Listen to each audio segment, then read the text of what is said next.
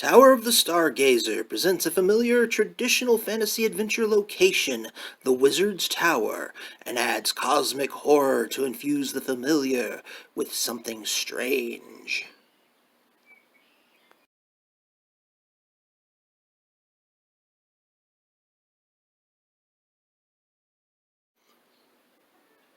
Tower of the Stargazer is the most straightforward adventure in this collection, and the one I have always told potential customers at conventions is the best for transitioning people from traditional fantasy to weird fantasy. It was so fun watching players in the playtest actually activate the telescope, the one time I've seen that happen in play. But it's always great fun watching players interact with Calcidius. James Edward Raggy IV.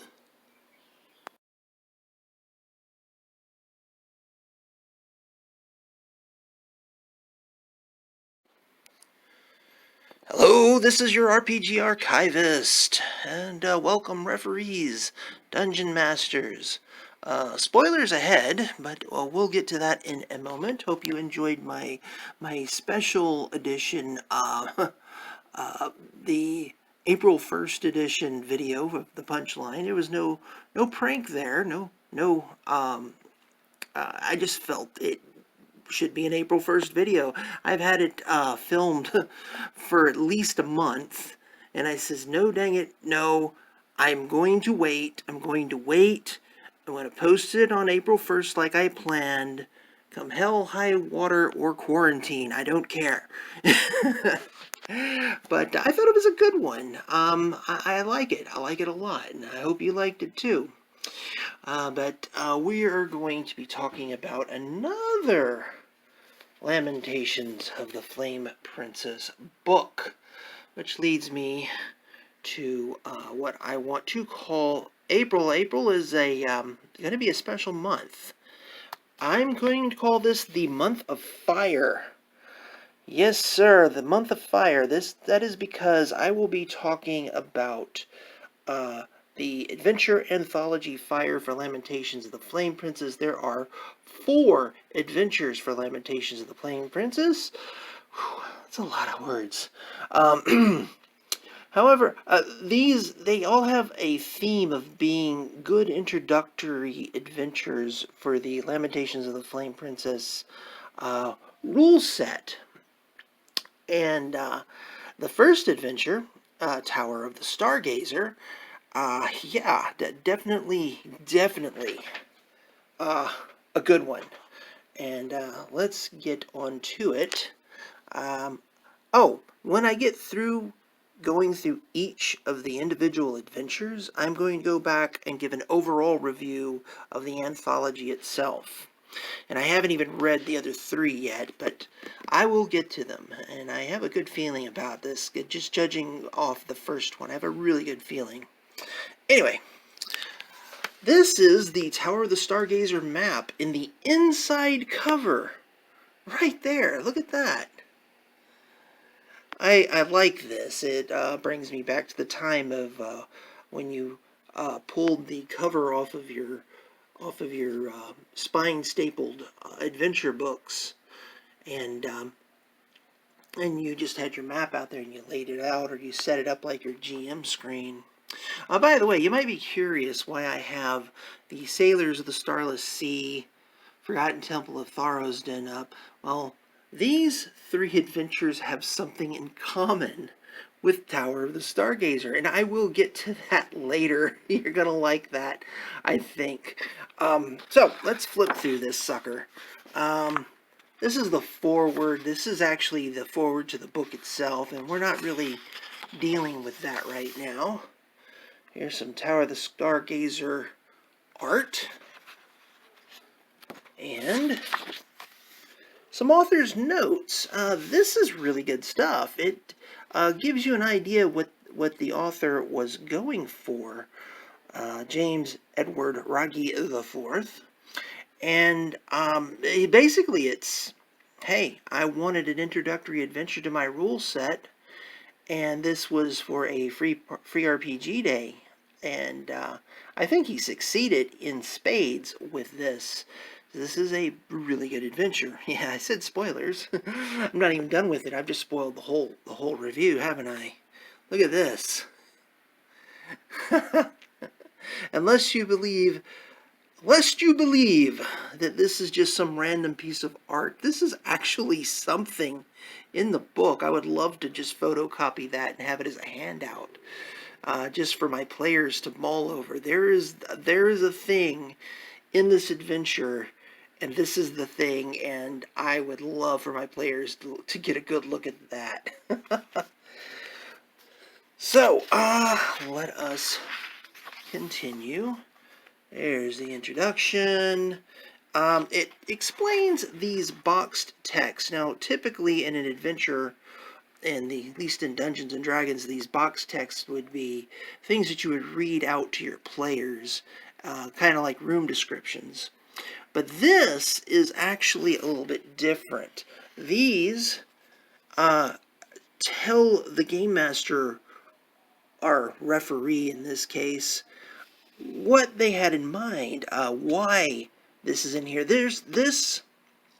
What makes Stargazer really unique for most adventures is you get to see the thought process of the author as you are reading this tome here. And here's the adventure background. And then, of course, we get to the map key, which is the bulk of the adventure. These are amazing. I wish I had thought about this. I could have gotten my red box set and compared it to the Castle Misdemeanor adventure that was in the old red box that I started my game mastering with. The difference between the Castle Misdemeanor adventure and this is Castle Misdemeanor gave you some really good advice, but it kind of left you hanging, too. This explains in a lot more detail. I think it does. What they want you to do when you're making an adventure for Lamentations of the Flame Princess. Maybe not basic information for game masters or referees, but definitely good advice and reasoning for how and what you want to put in your adventure when creating an adventure with Lamentations of the Flame Princess. And I love it. I'm eating it up. I feel like I want to make an adventure now using some of these guidelines, and I have a better picture of what some people were thinking when they do other adventures for the game. And here's a picture. There's another thing that exists in the adventure. And continues. Servants' quarters, servants' area, wizard's quarters. So what's the background of this anyway? I already passed up the main background. Basically, there's a wizard's tower in a secluded area. Nobody wants to go there. It's kind of cursed. People are afraid to go there. The wizard hasn't been seen in like 60 years. And there's constant lightning strikes around the tower within I think it was like a 5-mile radius. So nobody wants to go there because they're afraid they're going to get struck by lightning or worse. And the players go in to investigate the tower because, it's what adventurers do. Hey, look, there's a lonely place in the middle of nowhere. Go for it. There might be treasure. You might like it. You might find something cool. Go find something cool. This is a wizard's tower, by the way. So you might find something really neat, like something super magical and powerful. Ooh, look at that. That's a thing. Yeah, and something interesting about this book, it really follows some of the instructions given in, what was the name of that book? I wish I'd had that one set out. Random Esoteric Monster Generator.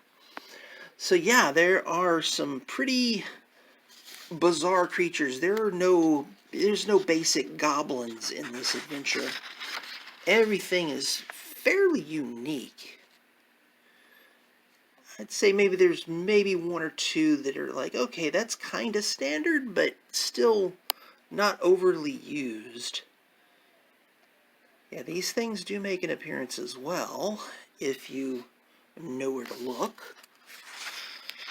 An interesting thing, there are puzzles that look like traps, traps that look like puzzles. It's pretty neat. Mark this page to remind me to show you guys the storage area. There's a reason for that. Remember when I mentioned, like, there's some commonalities between these adventures, huh? Bet you're wondering what those commonalities are, huh? Huh? Can't wait. Yeah. Interesting creatures, interesting puzzles. A lot of what? And yeah, it's just an all-round good adventure. This adventure kind of reminds me of Dungeon Module B1, In Search of the Unknown. I really get that vibe from it. Because B1, it was underground, but it was like, it was run by a wizard. There was a wizard there, and he had a lot of weird stuff.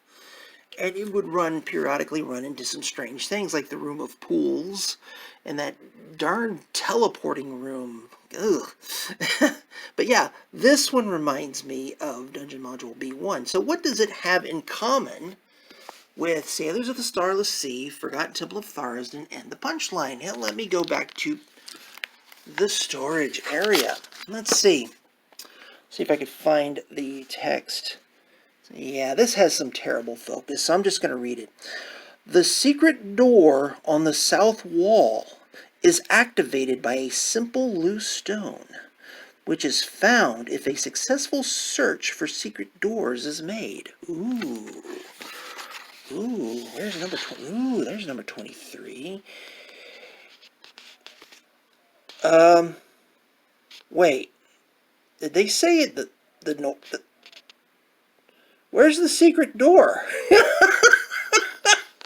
That's right, folks.